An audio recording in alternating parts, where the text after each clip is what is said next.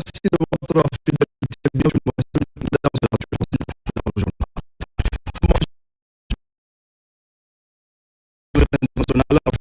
ce soir sur l'un des moments symboliques, la remise des attributs du pouvoir, signification et portée à suivre dans cette édition d'information.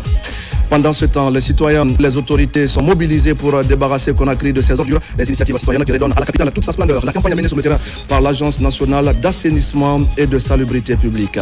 À Kassa, la radio rurale transforme positivement le quotidien des populations. Des programmes adaptés aux réalités locales sont diffusés, notamment en faveur des pêcheurs et du monde rural. Les citoyens de Kassa remercient les autorités pour cette initiative. Voilà pour le sommaire. Bonsoir à tous. Le 17 janvier 2026, au stade général Lansana Conté de Nongo, la Guinée vivra l'un de ses instants rares, l'entrée solennelle dans la 5e République.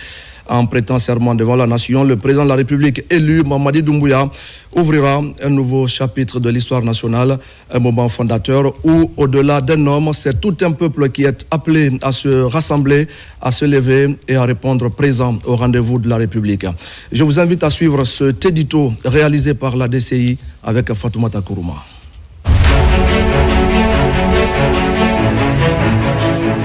Il est des dates qui ne s'effacent pas. Il est des rendez-vous que l'histoire fixe, non pour un homme seul, mais pour tout un peuple.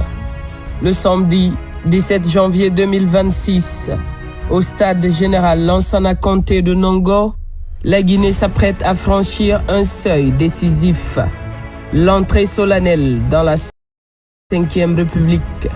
Ce jour-là, le président de la République élu, son Excellence Mamadi Doumbouya, prêtera serment devant la nation et avec lui, c'est tout un pays qui tournera une page pour en écrire une nouvelle avec lucidité, ambition et responsabilité. Cet événement sera un acte fondateur, l'instant où le pays se regardera dans le miroir du monde. Car la Guinée ne sera pas seule à Conakry pour cette investiture historique des chefs d'État et de gouvernement de la sous-région, des personnalités éminentes, des partenaires et des amis de la Guinée feront le déplacement. Le regard de l'Afrique et au-delà sera tourné vers Nongo. Et ce regard devra voir un peuple souverain uni, digne, discipliné et fier. Un peuple conscient que les grandes heures de l'histoire exigent plus que de l'enthousiasme. Elles exigent de la tenue, du sens et de la responsabilité. Ainsi, ces lignes s'adressent à la nation tout entière. Elles ne sont ni un slogan, ni une injonction, mais une invitation élevée et fraternelle. Une invitation à faire corps avec l'histoire, à répondre présent au rendez-vous de la République. Venez vivre ce moment rare. Venez être témoin de l'instant où la République se refonde. Venez montrer que la Guinée sait célébrer la gouvernance participative dans l'ordre, la ferveur maîtrisée et le respect des institutions. La 5e République qui s'ouvre ne sera pas celle des promesses faciles, ni des élans sans lendemain. Le président de la République l'a clairement affirmé dans sa dernière adresse au peuple. L'ère qui commence est celle du travail, de la rigueur et des résultats. Une ère où l'action primera sur les discours, où l'efficacité primera sur l'agitation, où l'intérêt général primera sur les calculs personnels. Autrement dit, sans fracas ni brutalité, le temps de l'insouciance est révolu. Le temps de l'engagement sérieux et durable s'ouvre devant nous. Cette investiture préparée avec méthode, exigence et sens de l'organisation est déjà porteuse de sens. Tout indique que la cérémonie sera grandiose, à la hauteur de l'enjeu historique qu'elle incarne. Mais la grandeur d'une nation ne se mesure pas qu'à la solennité de ses cérémonies. Elle se mesure à la maturité de son peuple. La 5e République ne sera pleinement vivante que si chaque Guinéenne et chaque Guinéen en devient le garde. À Nongo, un président sera investi et une vision collective prendra corps celle d'une nation décidée à avancer ensemble avec discipline, confiance et espérance active. Peuple souverain de Guinée, l'histoire t'appelle. Réponds présent.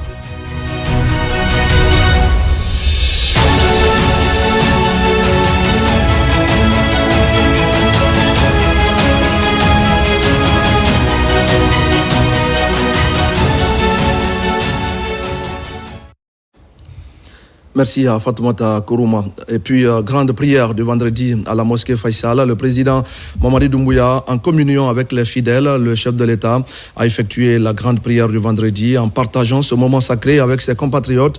Un moment de recueillement qui intervient à la veille de son investiture en tant que président élu à l'issue de l'élection présidentielle du 28 décembre 2025. Omar Bari. Comme à l'accoutumée, le président de la République, son Excellence Mamadi Doumbouya, a accompli la grande prière du vendredi à la grande mosquée Faisal. Une présence hautement symbolique qui témoigne de sa proximité constante avec le peuple et de son attachement aux valeurs religieuses et culturelles du pays. Cette prière revêt un caractère particulier car elle s'est tenue à quelques heures de son investiture en tant que président élu à l'issue de l'élection présidentielle du 28 décembre 2025. À son arrivée, le chef de l'État a été chaleureusement accueilli et ovationné par de nombreux fidèles, heureux de partager ce moment de recueillement et de communion spirituelle avec lui. La prière du vendredi a été dirigée par l'imam El Hajj Mamadou Saliou Kamara, qui, dans son sermon, a mis l'accent sur les valeurs fondamentales de l'islam. Il a exhorté les fidèles à un retour vers Dieu, tout en les appelant à cultiver le pardon, la solidarité. De la nation et de la communauté internationale, Mamadi Doumbouya sera investi président de la République pour un mandat de 7 ans. À quelques heures de la cérémonie, notre rédaction se penche ce soir sur l'un des temps forts et hautement symboliques de cet événement solennel, la remise des attributs du pouvoir. Ces emblèmes de l'État consacrent le président en tant que grand maître de l'ordre national du mérite de la République de Guinée. Zoom sur ces symboles de souveraineté dans ce grand format réalisé par Amadou Touré et Sadou Bassila. Après sa victoire à l'élection présidentielle du 28 décembre dernier, avec 86,72%, le président de la République, son Excellence M. Mamadi Doumbouya, s'apprête à être investi ce 17 janvier. Parmi les éléments de cette prise de fonction figure le port des attributs du pouvoir. Ces attributs sont composés de 2 éléments, que sont la cocarde et ses composantes et le grand collier. Le premier attribut, non moins important, a de grandes significations. Il y a un premier élément qu'on appelle l'insigne du grand maître. Donc le président élu étant grand maître des ordres nationaux de Guinée, donc investi de l'ensemble de ses attributs, n'est-ce pas, reçoit cet insigne que certains appellent la plaque, mais nous, dans notre jargon consacré, on appelle l'insigne du grand maître. À côté de l'insigne du grand maître, vous avez l'écharpe présidentielle, que certains appellent le cordon. Vous voyez, il est composé de l'emblème, n'est-ce pas, le vert et le rouge. Donc ça, c'est l'écharpe présidentielle, le jour d'investiture, après avoir porté l'insigne du grand maître, ici, et il va enrôler ça autour du cou, pour toujours continuer à recevoir les attributs, n'est-ce pas, du pouvoir. Cet insigne de grand maître peut être porté tous les jours. À chaque sortie, il peut les porter, le président a le choix. Et c'est ce qui le distingue de l'ensemble des officiels réunis. Celui qui porte ça, ça veut dire que c'est un président de la République. Il a été où il est. Donc, et l'écharpe présidentielle ou le cordon, c'est à l'occasion des grandes cérémonies qu'elle est portée, l'écharpe présidentielle. Et si le président, même autour du repas familial ou ses sorties anodines, ce qu'il peut aussi porter, ce sont les rosettes. Vous voyez, la plupart des présidents de la République, vous verrez ça sur leur tenue. leur costume. On appelle ça la rosette. Donc ça, c'est à n'importe quelle occasion, n'importe quel événement, il peut le porter. Et ou l'insigne également du grand maître. Ça, ce sont des éléments qui composent la cocarde. En plus de la cocarde, nous avons ce collier de l'ordre du mérite qu'on fera porter au président de la République.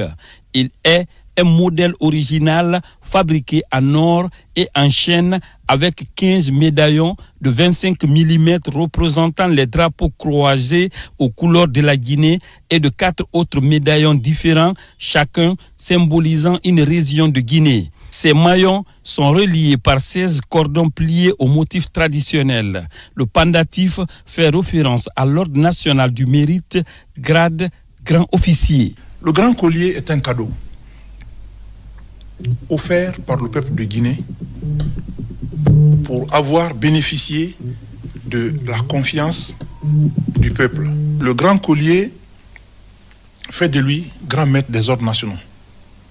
Donc, avec ce grand collier, il est investi de l'ensemble des attributs du pouvoir qu'il va exercer au cours du mandat que le peuple lui a confié. Et le grand collier symbolise en quelque sorte notre unité. Il symbolise notre devise, travail, justice, solidarité. Ce collier de grand maître en or 750 millième et pavé de 135 diamants a été estampé avec la plus grande attention en exclusivité pour la présidence de la République de Guinée, à l'attention toute particulière du président de la République de Guinée, son Excellence M. Mamadi Doumbouya, dans les ateliers de la Maison Drago Paris, groupe Artus Bertrand, fondé en 1803 à Paris. Ce coffret a été réalisé selon le savoir-faire traditionnel et mondialement reconnu de la Maison Drago Paris et a fait l'objet d'une attention toute particulière lors de sa réalisation. Merci Amadou Touré pour le grand format de ce soir. La Guinée s'apprête donc à consacrer demain son premier magistrat. Le chef de l'État prêtera serment revêtu de sa charge pour un mandat de 7 ans. Et c'est donc le stade général Lansana Conté de Nongo qui va abriter la cérémonie. Sur les lieux, les travaux d'embellissement et de réfection des voiries sont bouclés. Une belle image à la hauteur de cet événement historique. Abakar Junior Kamara. L'événement est de taille. Les préparatifs vont bon train. L'investiture du président Mamadi Doumbouya, l'aménagement du parking du stade, des jardins, des artères et toutes les routes d'accès sont prêtes à accueillir les invités qui viendront des 4 coins du monde pour cette cérémonie solennelle. l'Ageroute suit ses travaux avec dextérité pour corriger toutes les imperfections avant le jour J. On est sur un axe majeur, la T2, on l'a réalisé en moins de 10 jours. Et aujourd'hui, je pense qu'au niveau de l'Ageroute, les choses changent de façon très spéciale.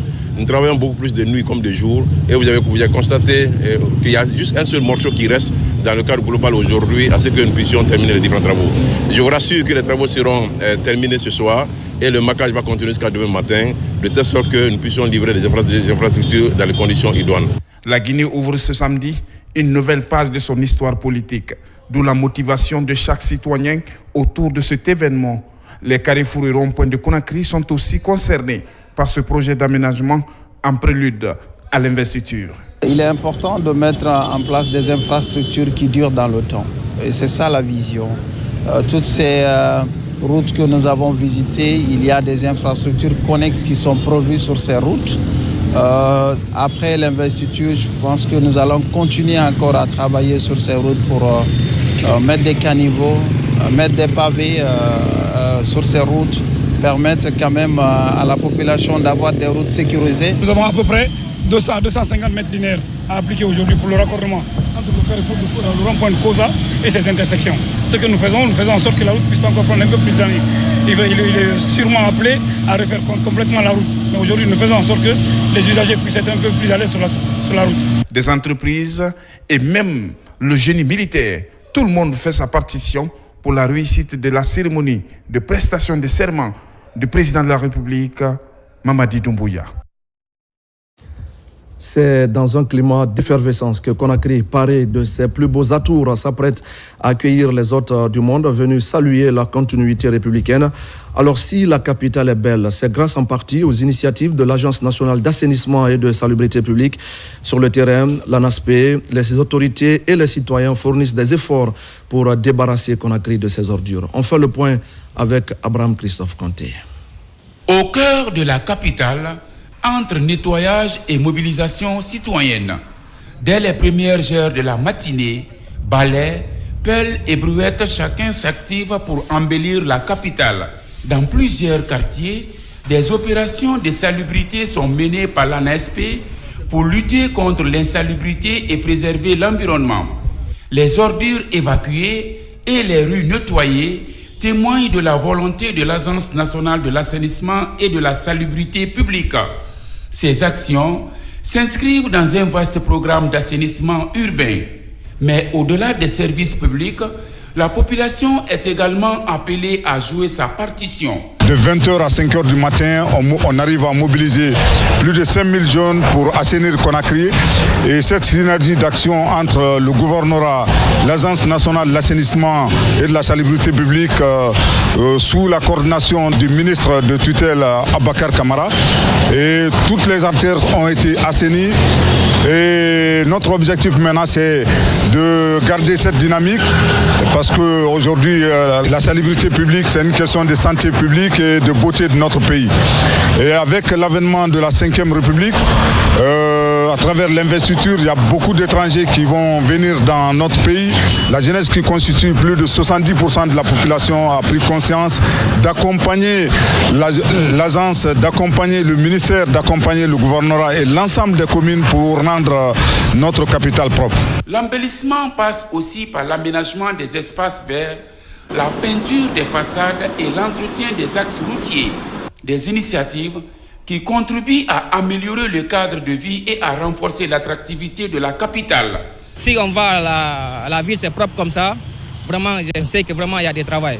Nous, on apprécie très bien. On ne voulait pas maintenant voir les ordures sur la route maintenant. C'est ça qu'on veut quoi. On veut maintenant que ça soit propre. Vraiment, si c'est propre, ça nous fait plaisir. Faire de Conakry une ville propre et embellie est un combat de tous les jours pour l'Agence nationale de l'assainissement et de la salubrité publique, ANASP. Un objectif ambitieux mais atteignable à condition que chacun adopte les bons gestes pour un environnement sain et durable. L'investiture du chef de l'État, le président Mamadi Doumbouya, marque le passage de flambeau d'une ère à une autre, célébrée sous les yeux d'une communauté internationale conviée à en être le témoin. Direction Kassa, où les populations saluent l'impact positif de la radio rurale sur leurs activités quotidiennes.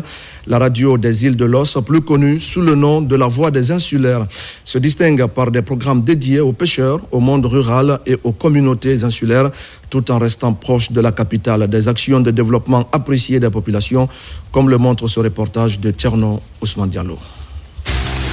À Kassa, la relance de la radio rurale par le ministre de l'Information et de la Communication Fana Souman il y a quelques mois avait marqué le début d'une vaste opération de redynamisation des radios de proximité partout à travers la Guinée.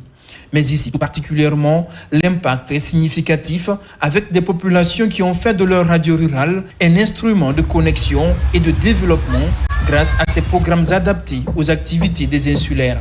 Nos émissions de pêche intéressent beaucoup les pêcheurs. Même ils sont sur la mer, ils nous écoutent très bien. Et des fois, quand on a des émissions interactives, ils interviennent même, nous dire que là où ils sont sur la mer, ils vont même indiquer ces parties-là. Président Mamadi Doumbouya Amali. Des îles de l'Os, un nouveau cadre de travail. La radio rurale fait que les îles de l'Os sont de plus en plus connues et aussi ces signaux sont reçus de Kabak à Koba, ce qui permet d'informer rapidement en cas de décès et autres. J'ai confiance à la radio.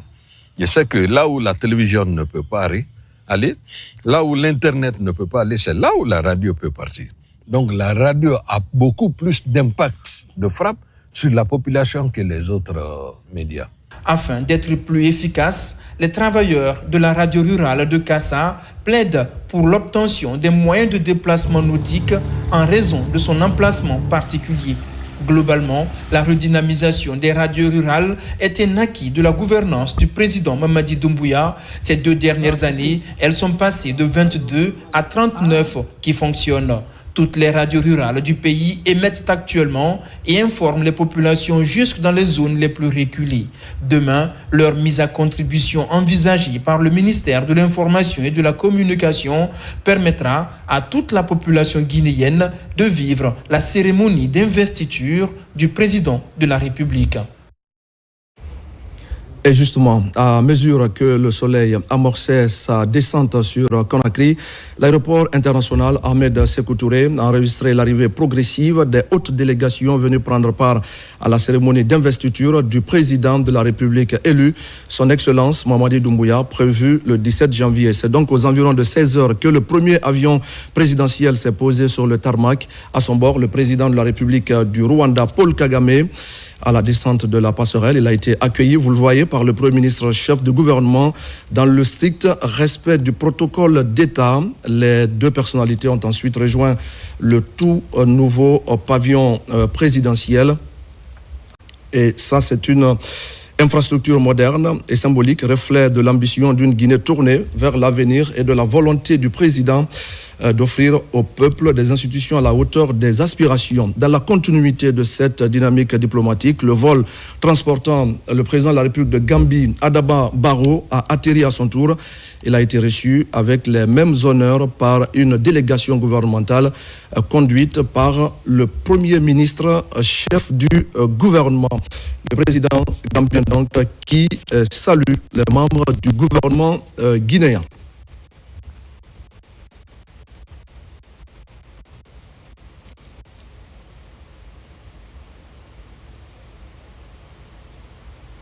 Et peu après, c'est le président de la République gabonaise, Brice Clotaire Oligui Nguema, qui a foulé le sol guinéen, renforçant la dimension panafricaine de l'événement.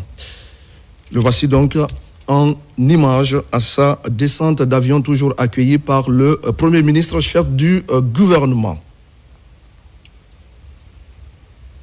Et quelques instants plus tard, enfin, l'avion transportant le président de la République islamique de Mauritanie, Mohamed Ould El Ghazouani, s'est posé sur la piste de l'aéroport Ahmed Sékou Touré, selon toujours le même cérémonial protocolaire. Et bien avant ses arrivées, parallèlement tout au long de la journée, plusieurs autres délégations internationales avaient déjà rejoint Conakry, des délégations venues du Nigeria, du Togo, des États-Unis, du Koweït, de l'Indonésie, des Comores et de l'Égypte, ainsi que des partenaires techniques et financiers de la Guinée sont venus témoigner de leur solidarité. La dynamique se poursuit jusque dans la nuit avec l'arrivée attendue de délégations du Sénégal, du Qatar, du Maroc, du Portugal, de la Guinée équatoriale, du Mali et du Bénin. C'est donc un ballet diplomatique qui confirme l'ampleur internationale de la prestation de serment du chef de l'État. À travers ses arrivées successives, Conakry s'affirme comme un carrefour diplomatique majeur, prélude à une investiture historique appelée à marquer durablement les pages de l'histoire nationale. Et puis la Direction générale de la police informe l'ensemble des usagers de la route que par cette occasion, la circulation des gros porteurs et camions est interdite sur les axes routiers de la capitale. Suivez la chargée de la communication de la Direction de la police nationale. Dans le souci d'assurer la fluidité de la circulation routière et de préserver la sécurité des usagers, la Direction centrale de la police routière informe les structures syndicales et l'ensemble des citoyens et usagers de la route qu'il est strictement interdit à tous les gros porteurs et camions de circuler à compter de ce vendredi 16 janvier 2026 à 0h jusqu'au dimanche 18 janvier 2026 à 0h dans la capitale Conakry. Par ailleurs, la Direction centrale de la police routière informe que tout stationnement gênant sera formellement réprimé. À cet effet, les véhicules en infraction stationnés dans les zones suivantes seront traqués, enlevés et déposés dans les fourrières. Il s'agit de Kaloum, Matam Autoroute, Aéroport international Ahmed Sékou Touré de Conakry, Yimbaya Tannerie, Koza, Nongo Carrefour Pied dans l'eau, Kaporo Centre émetteur, Taouya, Amdalaï, Donka Faisal, pour 8 novembre. La direction centrale de la police routière compte sur la bonne compréhension et le civisme de tous pour le respect strict des présentes mesures. Conakry, 16 janvier 2026, le directeur central de la police routière, commissaire divisionnaire de police, Mfali Alain Camara. Ce message de félicitations qui nous vient de l'ambassade de la République fédérative du Brésil en Guinée.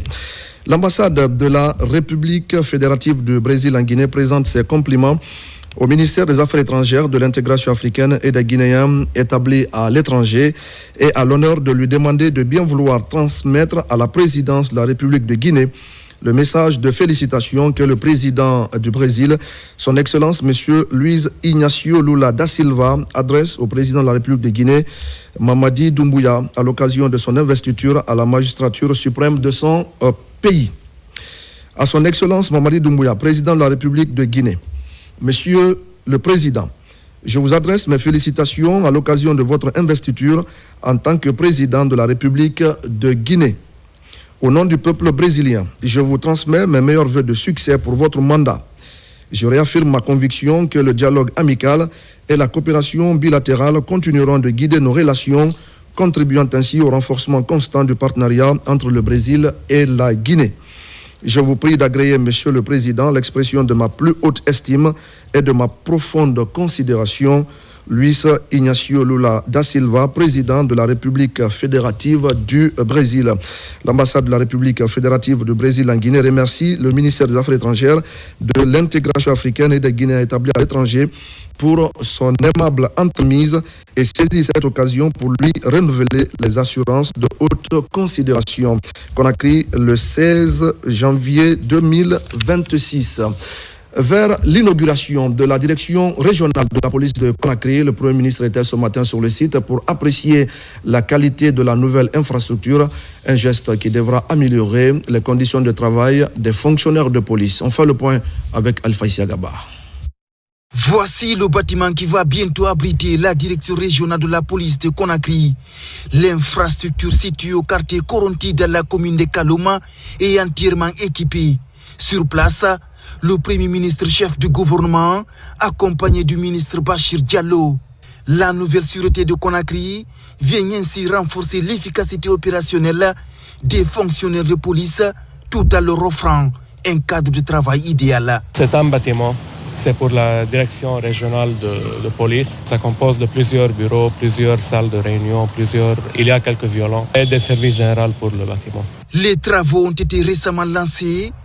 Aujourd'hui, ils sont totalement terminés grâce à la vision du président Mamadi Doumbouya. L'infrastructure est la 20e réalisation dans le cadre du vaste programme de modernisation des services de sécurité intérieure. Le ministre de la Sécurité publique, le Jean Bachir Diallo, avec bien entendu le soutien du président de la République et de l'ensemble du gouvernement, est en train de transformer en profondeur la police guinéenne. Ce n'est qu'un des bâtiments parmi tant d'autres qui ont été inaugurés ces derniers temps. À l'intérieur du pays, il y a des directions régionales qui sont abritées dans de bels édifices. Des commissariats là où il n'y avait que des paillotes ont été érigés.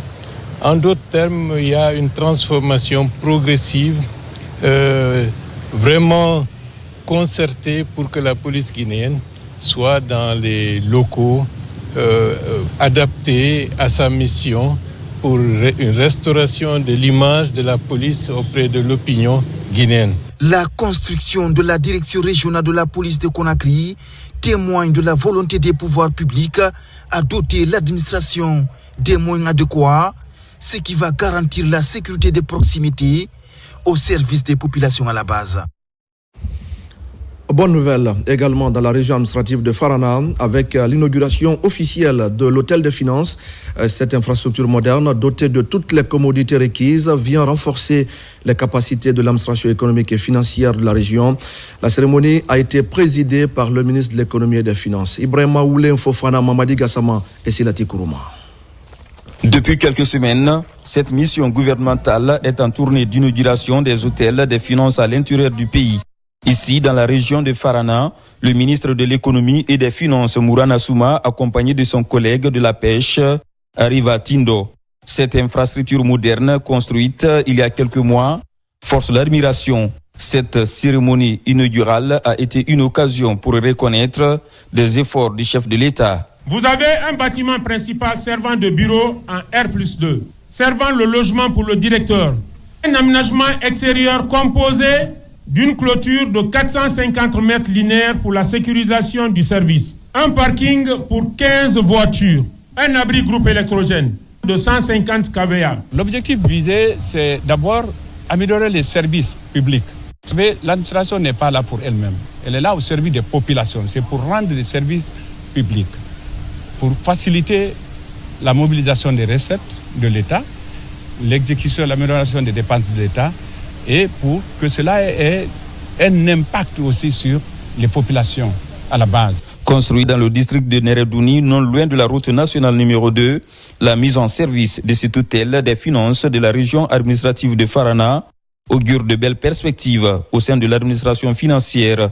Pour la population de Farana, cet hôtel des finances représente non seulement un symbole de progrès administratif, mais aussi un levier important du développement économique et social, facilitant l'accès aux services financiers et renforçant la confiance entre l'administration et les citoyens. Cet hôtel de finances a été réalisé conformément à la vision éclairée de son Excellence, Monsieur le Président de la République, Mamadi Doumbouya, à travers les 3e et 4e piliers du programme de développement socio-économique durable et responsable Simando 2040, qui a fait de la modernisation de l'État et du renforcement des services publics dans les régions une priorité nationale. Cette infrastructure moderne, avec son architecture imposante, est financée par le budget national de développement. Elle devrait contribuer à l'optimisation des ressources publiques tout en créant un cadre idéal de travail pour les services déconcentrés du ministère de l'économie et des finances de la Guinée. Et puis après Bokeh, la campagne nationale de lancement de Fugaz, couplée à la vulgarisation de la plateforme Espace Agent, s'est poursuivie à Kindia. Durant 2 jours, les acteurs ont été largement informés sur ces outils numériques innovants. Et sur place, de nombreux agents en difficulté ont pu voir leur situation régularisée grâce à la mobilisation des assistants techniques. Moussa Namina Keita et Mamadi Terna Kamisoko. À Kindia, les rangs serrés autour des assistants techniques témoignent de l'attente et de l'intérêt suscité par cette initiative. Les fonctionnaires de la région sont nombreux à répondre présents pour mieux s'approprier Fugaz et la plateforme Espace Agent, des outils numériques innovants mis à leur disposition par l'État. Pour les accompagner dans leur utilisation, la Direction générale de la fonction publique a entamé une session de formation à l'endroit de l'ensemble des directeurs régionaux des ressources humaines de la région de Kindia. Nous sommes à Conakry, nous avons plus de 120 000 agents. Nous ne pouvons pas former tous ces agents, nous ne pouvons pas assister tous ces agents. C'est pour cela que les DRH sont formés pour servir de relais auprès de ces fonctionnaires, parce qu'ils sont plus près de ces fonctionnaires. Ils voient tous les modules de Fugaz, donc ils sont imprégnés et voilà. Et on les donne les accès à distance. Dès que nous partons, ils peuvent accéder à Fugaz à n'importe quel moment. Ce sont des perspectives au dialogue et au rapprochement. C'est fini la fonction publique qui est distante, qui n'est pas proche des agents de l'État. Aucune question n'est tabou. Vous pouvez poser toutes les questions que vous voulez sur tout ce qui vous concerne administrativement et nous serons à même d'y répondre. À l'image de ce qui a été fait à Bokeh, cette formation s'inscrit dans le cadre de la campagne nationale de lancement de la vulgarisation des plateformes Fugaz et Espace Agent. Que nous utilisons ce projet, pas pour l'intérêt personnel, mais pour l'intérêt du présent et de l'avenir de notre pays. Fugaz n'est pas une solution, mais c'est la solution. Tous les paramètres sont pris en compte. La phase de vulgarisation qui nous réunit aujourd'hui est donc essentielle, car elle vise à expliquer le fonctionnement de la plateforme, à démystifier son utilisation et à encourager chaque acteur à en faire un outil de travail quotidien au service de l'efficacité administrative. Sur place, plusieurs préoccupations ont déjà trouvé solution. Des agents éprouvant des difficultés d'accès à leur bulletin de salaire ou à la plateforme Espace Agent ont vu leur situation réglée. Un véritable soulagement moral pour ces fonctionnaires qui bénéficient désormais des retombées concrètes de la politique de gestion de proximité voulue par le président de la République. Et toujours dans le cadre de l'investiture demain du président de la République, Mamadi Doumbouya, des délégations des pays amis continuent d'arriver à Conakry. Une forte délégation venue de la Chine est aussi arrivée dans notre capitale. L'Union africaine a dépêché une délégation pour prendre part à l'investiture du président Mamadi Doumbouya. Le Koweït et le Qatar ont aussi envoyé des émissaires. D'autres délégations sont attendues dans la nuit. Regardez ces images.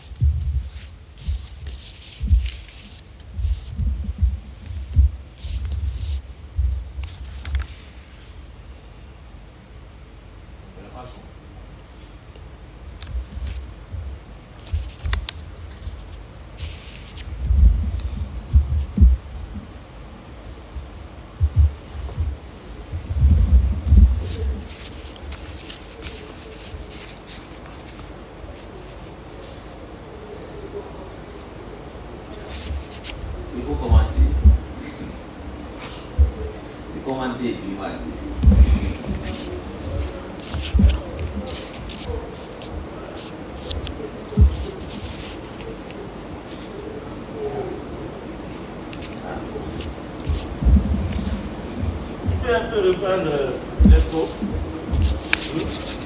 pour lire un peu. Voilà donc ces séquences qui marquent donc l'arrivée à Conakry de cette délégation des pays amis, je le disais tout à l'heure, une délégation venue de Chine et donc dans nos murs. L'Union africaine a également dépêché une délégation pour assister demain à la prestation de serment du chef de l'État Mamadi Doumbouya. Et à cette liste, il faut ajouter aussi les émissaires du Koweït et du Qatar qui sont dans nos murs. D'autres délégations sont attendues à Conakry. La cérémonie de prestation de serment va donc se dérouler demain au stade général Lansana Conté de Nongo. Dans le reste de l'actualité, la Chambre des mines de Guinée entend désormais impulser et opérationnaliser une nouvelle dynamique au-delà de sa mission historique. En phase avec les orientations actuelles du secteur minier guinéen, l'institution affiche de nouvelles priorités stratégiques visant à accompagner les réformes en cours et à renforcer la gouvernance du secteur. Mariam Kamara. La Chambre des mines de Guinée affiche une toute nouvelle dynamique pour répondre aux défis du moment. Cette institution tourne une page à une étape où les attentes envers le secteur minier, l'un des piliers de l'économie nationale, n'ont jamais été aussi fortes. C'est un processus qui a commencé et qui va continuer. Et le nouveau directeur exécutif va prendre fonction avec des objectifs stratégiques précis, clairs, atteignables, qui sont smart, comme on dit. Et sa feuille de route sera articulée autour de ces objectifs-là. Et nous avons une vision. Nous sommes en train d'élaborer un plan stratégique triennal pour la Chambre des mines. Et donc sa mission sera vraiment de conduire la mise en œuvre de tous les projets qui vont découler de ce plan stratégique. Union patronale regroupant 80 sociétés, la mission de la Chambre est double. Promouvoir les intérêts de ses membres et accompagner l'État pour le développement économique et social du pays. Grâce au support surtout de l'équipe, que je voudrais saluer, nous avons pu avancer. Avancer pour mettre en œuvre nos plans de travail, avancer pour exécuter les activités qui nous ont été confiées. Nous prenons la Chambre des mines à un moment où le contexte est vraiment très particulier, un contexte où le secteur a plus d'attention et il y a plus d'attentes sur le secteur pour le développement de la Guinée. Donc cela demande de la responsabilité, cela demande du calme, cela demande du dialogue. Un moment crucial où la Chambre des mines se réinvente pour un secteur en pleine mutation. Le succès de cette nouvelle dynamique affichera sa capacité à faire de la Guinée un acteur majeur de la transition minière, non plus seulement comme fournisseur, mais comme transformateur de sa propre richesse. On va parler maintenant de l'adaptation face aux effets des changements climatiques. La Guinée, conformément à sa CDN, contribution déterminée au niveau national, entend développer plusieurs projets dans ce sens pour mener ces projets à bien et trouver de nouveaux financements vers une rencontre d'échange vient de se tenir sous le leadership du ministère en charge de l'environnement. Mamadou Alpha Baldé pour des explications. À Conakry, les travaux de la première session inaugurale de la Commission nationale pour la réforme foncière et de l'habitat ont réuni les acteurs du secteur foncier guinéen. Au cours de cette rencontre, les membres du comité de pilotage attellent sur les questions foncières avant de mettre l'accent sur les réformes engagées par l'État pour résoudre les problèmes liés au foncier en Guinée. L'objectif fixé à cette commission est très clair. Le chef de l'État voudrait désormais une gestion transparente du foncier au niveau du territoire national. Et tout a été clairement dit dans les différents discours. Mais le plus important, c'est d'améliorer davantage la gouvernance du secteur de l'habitat. On va essayer, n'est-ce pas, d'élaborer et de mettre en place toutes les solutions qu'il faut, n'est-ce pas, mettre afin que les solutions puissent être trouvées. Et après, procéder, n'est-ce pas, donc à leur application sur le terrain. Pour une gestion saine du secteur foncier guinéen, les réformes en cours se poursuivront selon la vision de l'État. Le comité de pilotage se consacrera à l'adoption du règlement intérieur de fonctionnement de la Commission nationale et de 2 projets d'arrêté également qui vont être examinés. Et après l'examen de ces 2 projets d'arrêté, depuis quelque temps, le ministère de l'Urbanisme était engagé avec les autres ministères sectoriels dans l'élaboration de la politique nationale foncière. Donc la Commission nationale de réforme foncière et de l'habitat aura comme première activité l'analyse et l'adoption de ce document de politique nationale foncière avant sa soumission. Pour faire le point des réformes dans le secteur foncier, cette première session est marquée par un partage d'expériences professionnelles entre les membres du comité et les différentes parties prenantes de la chaîne de gestion foncière. Voilà, mesdames et messieurs, vous l'aurez donc compris, c'était le compte-rendu de Nabil Moussa Kamara sur des réformes dans le domaine de la gestion financière en Guinée. L'actualité, c'était donc la première session du comité de gestion qui a donc parlé des défis liés à ce secteur. On va revenir sur l'élément que je vous annonçais tout à l'heure, c'est justement la gestion des effets des changements climatiques. La Guinée, conformément à sa contribution déterminée au niveau national, entend donc développer plusieurs projets dans ce sens. Une rencontre d'échange vient de se tenir sous la responsabilité du ministère de l'Environnement. Mamadou Alpha Baldé. Pour les pays à faible empreinte carbone et vulnérables au dérèglement climatique comme la Guinée, l'adaptation au changement climatique demeure la principale priorité. Ici, spécialistes et autres acteurs du secteur échangent sur la prise en compte du volet adaptation dans les projets de développement à tous les niveaux. L'adaptation, comme j'aime le dire, n'est pas une option stratégique de développement. L'adaptation est une partie intégrante d'un développement intelligent, un développement qui est durable, surtout pour les pays à maigre ressources comme la Guinée. Il faut que nous nous développions de façon intelligente en tenant compte des impératifs des changements climatiques. Vous savez, il y avait divers représentants à la fois du ministère de la Pêche, de l'économie maritime, évidemment du ministère de l'Environnement, du Développement durable, mais également des représentants de la société civile avec Guinée Écologie. Et toutes ces personnes-là contribuent à lutter contre les effets du changement climatique avec, par exemple, la restauration de la mangrove qui est absolument essentielle pour les populations de Basse-Guinée, mais pas que, pour le monde entier. Avec la mise en place de nouveaux mécanismes et la création de nouveaux fonds pour accompagner les projets d'adaptation, un panel d'experts permet d'améliorer les connaissances des porteurs de projets au niveau local. C'est aussi l'adaptation pour vraiment permettre aux acteurs d'échanger avec des spécialistes non seulement sur les questions liées au financement de l'adaptation, à la mobilisation des ressources financières pour la mise en œuvre des projets d'adaptation, mais aussi des acteurs de terrain qui sont sur des projets d'adaptation au niveau de la Guinée. Avec le renforcement du dispositif d'adaptation aux effets du changement climatique, la Guinée compte ainsi accélérer de façon concrète la mise en œuvre de sa contribution nationale déterminée, Sidienne.